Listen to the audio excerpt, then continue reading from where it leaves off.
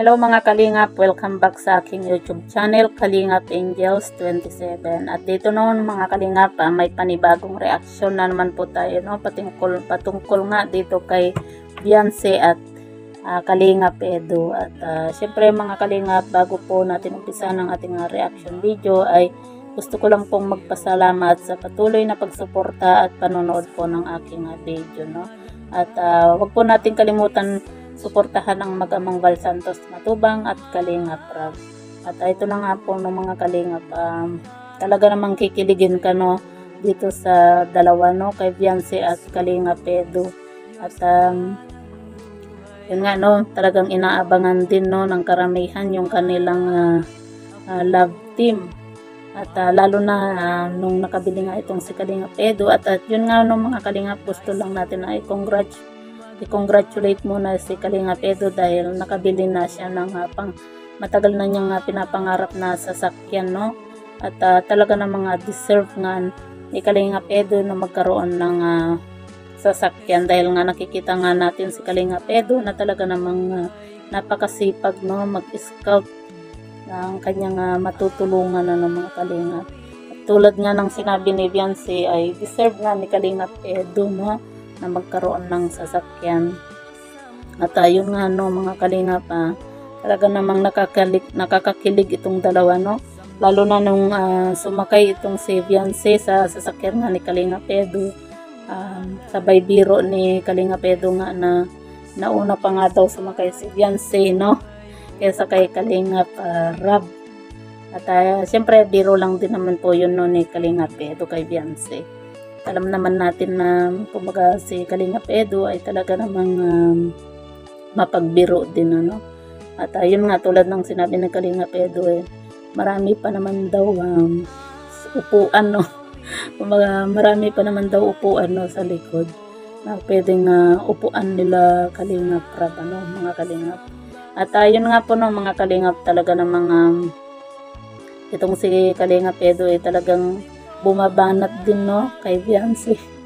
Kagaya na lang nung sinabi ni Beyonce nga na deserve nito na magkaroon ng sasakyan. At yun nga, pinapag-ingat din ni Beyonce si Kalingap Edu, no, kasi siyempre may sasakyan na siya, kumbaga pinapag-ingat nito sa pagdadrive, ano. At yun nga, no, itong si Kalingap Edu ay talaga namang bumanat din kay Beyonce. At sinabi na deserve, no, deserve nga daw niya. At biglang sinabi ni Kalingap Edu nga na mas deserve kita, di ba?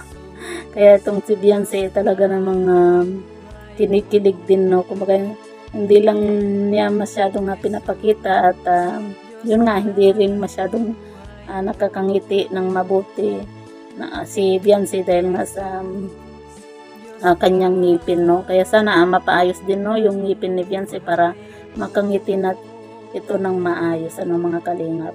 At ayun nga, no, tulad nga ng ating naging thumbnail, no, na walang tiwala, no, itong si Beyonce kay Kalingap Edu dahil nga nung tinanong ni Kalingap Edu si Beyonce kung kapag ka siya yung magdadrive, may tiwala daw ba itong si Beyonce. At sinabi nga ni Beyonce, no, na wala kasi syempre.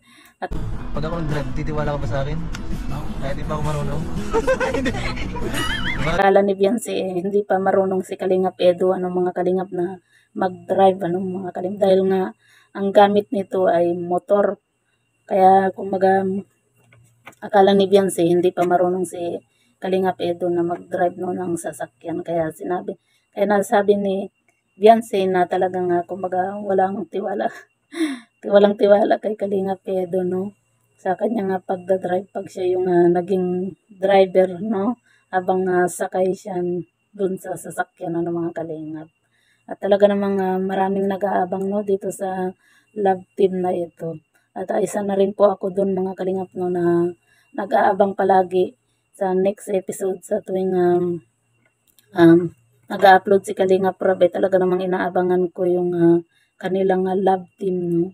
Dahil kumbaga nakakatanggal ng stress yung habang pinapanood mo, talagang napapangiti ka, no, lalo na sa mga banat ni Kalingap Edu kay Beyonce. At yun nga po ng mga kalingap, yung love team naman na yan ay alam naman po natin ng mga kalingap na kumbaga for entertainment lang naman po yung mga yun mga kalingap. Kumbaga ginagawa yun ni Kalingap Rab para mapasaya tayo ng mga viewers lalo na sa mga OFW no na yun lang po ang kanilang libangan yung panonood ng mga vlog lalo na sa mga love team mga kalingap.